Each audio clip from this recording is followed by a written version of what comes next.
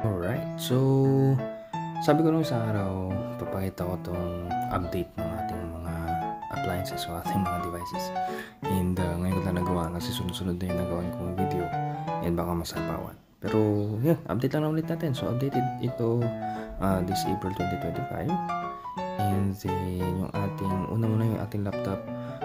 Actually nito nagloko na naman nung pero it's typical software, firmware update kind of problem.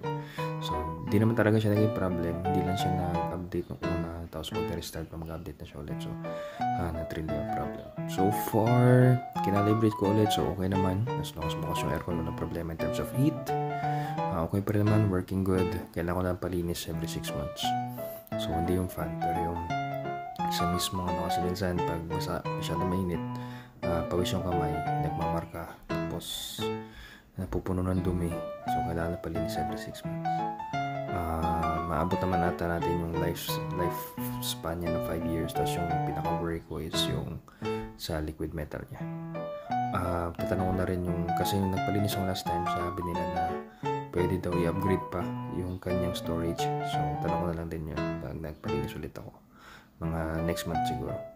Yung ating cellphone ay okay naman so far. Wala namang problema. Naghihintay na lang doon sa update sa One UI 7.0 either by May or June. Tapos update na lang ulit ako kung kumusta yung update niya, kung okay ba o hindi. Pero so far, itong mga nakaraan, huminto sila ng pag-rollout ng update kasi may mga bugs.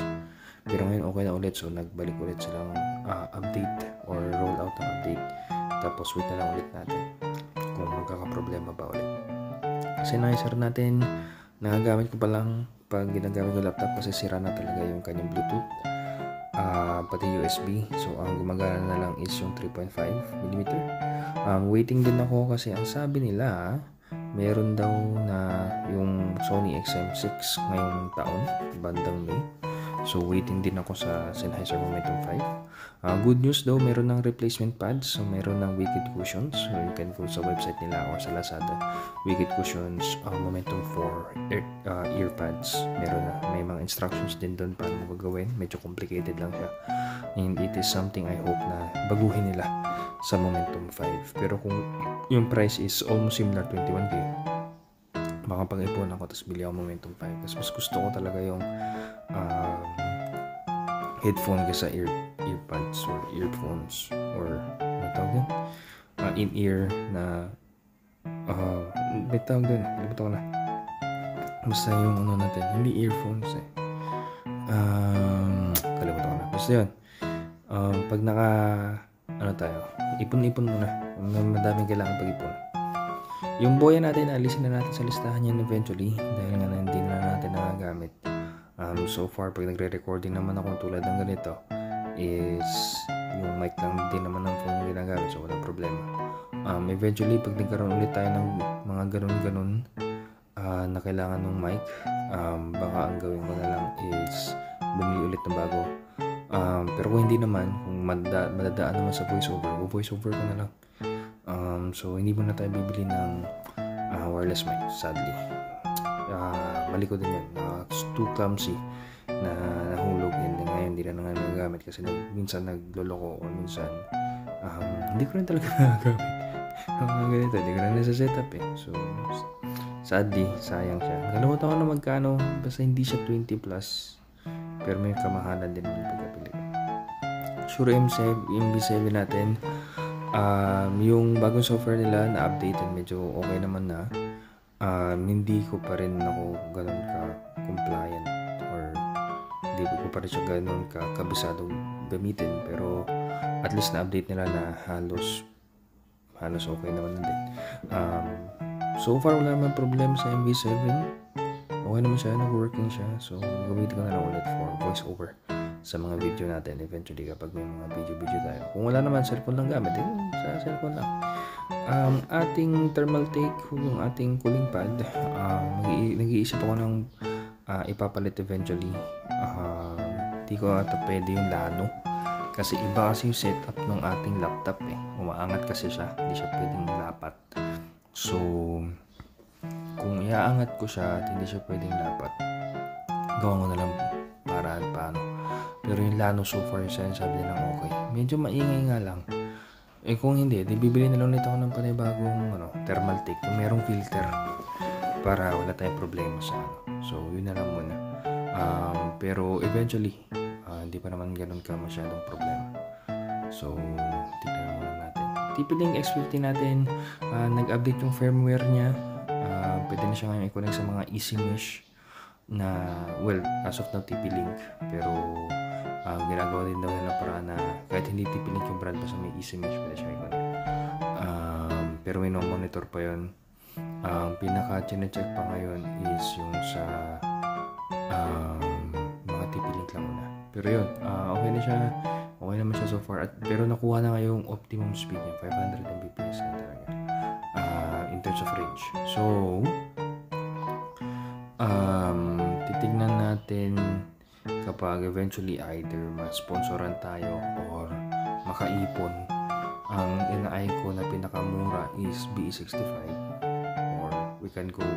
Kasi kung BE25, ganoon din. Pares na sila ng antenna na power.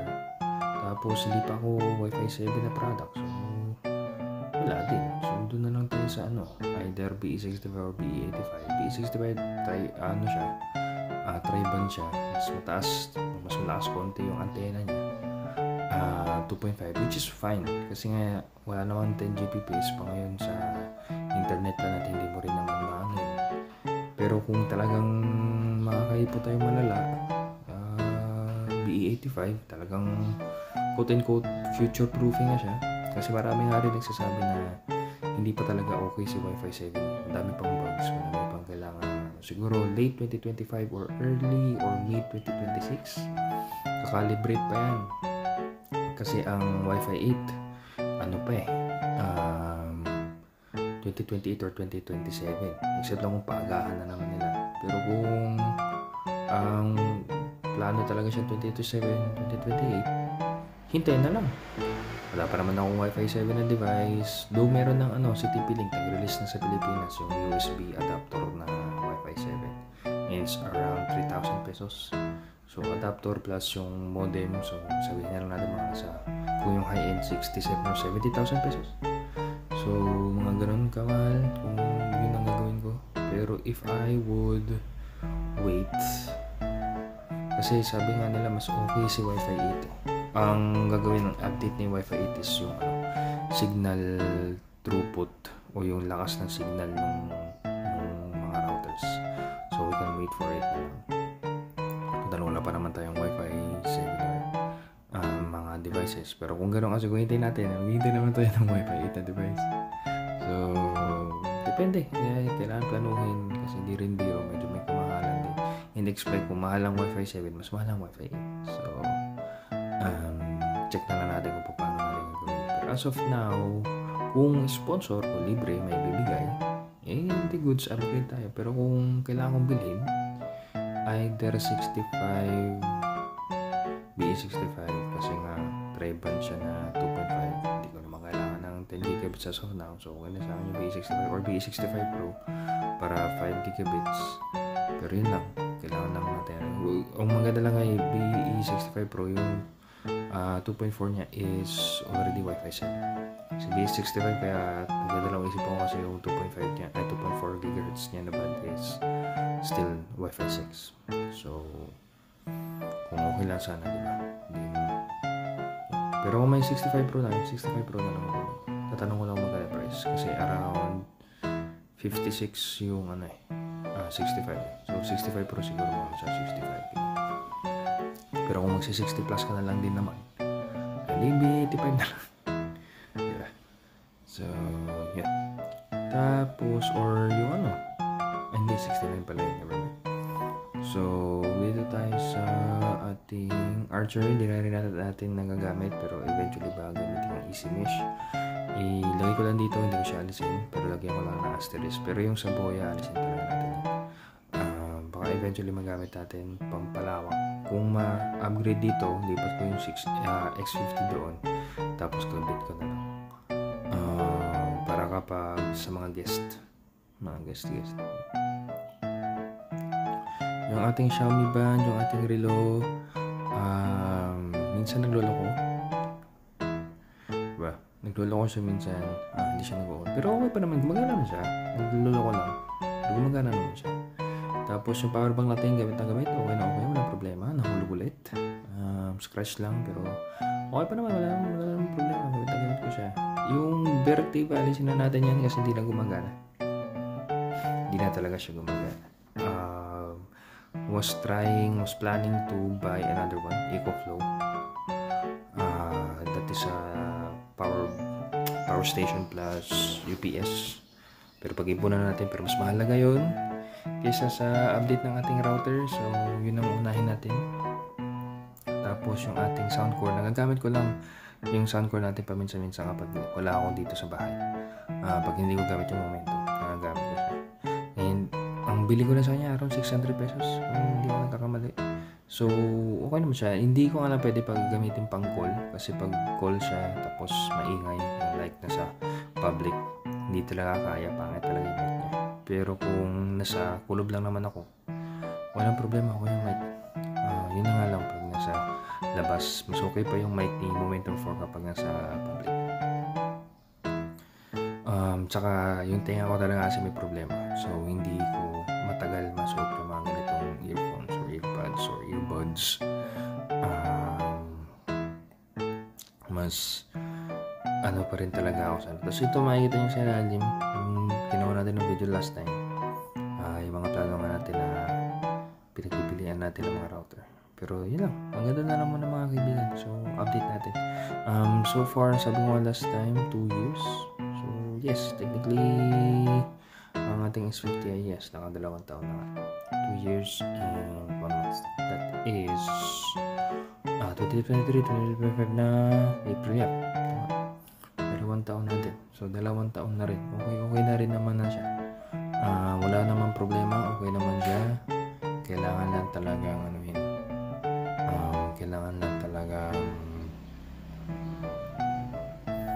check time to time yung firmware. Check muna bago i-upgrade. Medyo complicated yung recent update kasi may mga hindi techy. Nababasa ko yung mga forums, may problem sila kasi hindi nga nila gets kung paano gagawin yung update kasi hindi siya matik. So, yeah.